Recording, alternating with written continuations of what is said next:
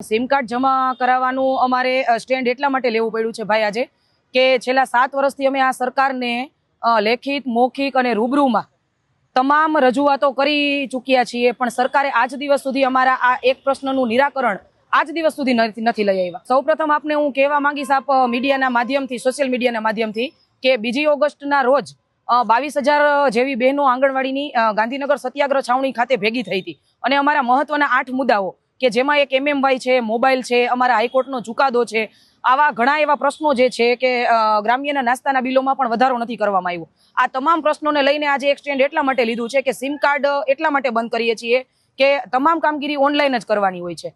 તો હવે ઓનલાઈન કામગીરી કરવા માટે સરકારે સિમ આપ્યા છે, મોબાઈલ આપ્યા નથી. તો 10,000ના માનદ વેતનમાં નોકરી કરતી બહેનોની એવી કોઈ કેપેસિટી નથી કે 2 મોબાઈલ રાખી શકે. એટલે સરકાર જો મોબાઈલ આપશે તો અમારી કામગીરી ફરીથી શરૂ થશે, નહીતર આજથી લઈ અને અચોક્કસ મુદત સુધી અમારી તમામ ઓનલાઈન કામગીરી ગુજરાત રાજ્યના તમામ જિલ્લાઓમાં બંધ રહેશે.